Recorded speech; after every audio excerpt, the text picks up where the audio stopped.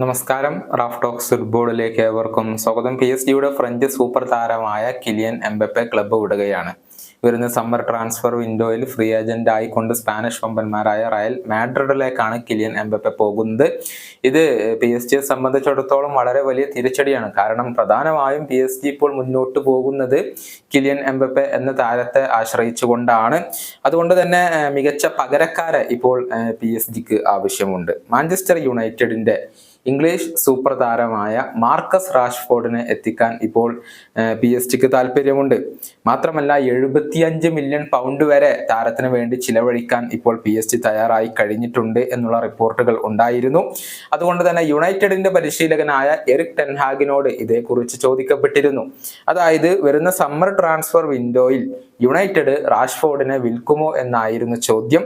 ഇത് Erik ten Hag നിരസിച്ചിട്ടുണ്ട്. എന്തെന്നാൽ Rashford തങ്ങളുടെ പ്രൊജക്ടിന്റെ ഭാഗമാണ് എന്നുള്ള കാര്യം ടെൻ ഹാഗ് ഇപ്പോൾ തുറന്നു പറഞ്ഞിട്ടുണ്ട്. അദ്ദേഹത്തിന്റെ വാക്കുകൾ ഇങ്ങനെയാണ്: ഞങ്ങൾ അദ്ദേഹത്തിന്റെ കോൺട്രാക്ട് 4 വർഷത്തേക്ക് പുതുക്കിയത് അദ്ദേഹത്തെ ഇപ്പോൾ വിൽക്കുക എന്ന ഉദ്ദേശത്തോടു കൂടിയല്ല.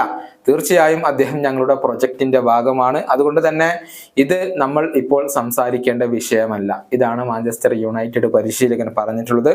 താരത്തെ വിട്ടു നൽകാൻ ഉദ്ദേശിക്കുന്നില്ല എന്നുള്ളത് തന്നെയാണ് ഇപ്പോൾ ടെൻ ഹാഗ് വ്യക്തമാക്കിയിട്ടുള്ളത്. കഴിഞ്ഞ സീസണിൽ നമുക്കറിയാം മികച്ച പ്രകടനം പുറത്തെടുക്കാൻ റാഷ്ഫോർഡിന് കഴിഞ്ഞിരുന്നു. പക്ഷെ ഈ സീസണിൽ അങ്ങനെയല്ല. പ്രതീക്ഷ കൊത്തിവരാൻ അദ്ദേഹത്തിന് കഴിഞ്ഞിട്ടില്ല. ആത്മാർത്ഥതയില്ലാതെ കളിക്കുന്നതിന്റെ പേരിൽ മാഞ്ചസ്റ്റർ യുണൈറ്റഡ് ആരാധകർ തന്നെ ഈ താരത്തെ പലപ്പോഴും വിമർശനങ്ങൾക്ക് ഇരയാക്കിയിരുന്നു.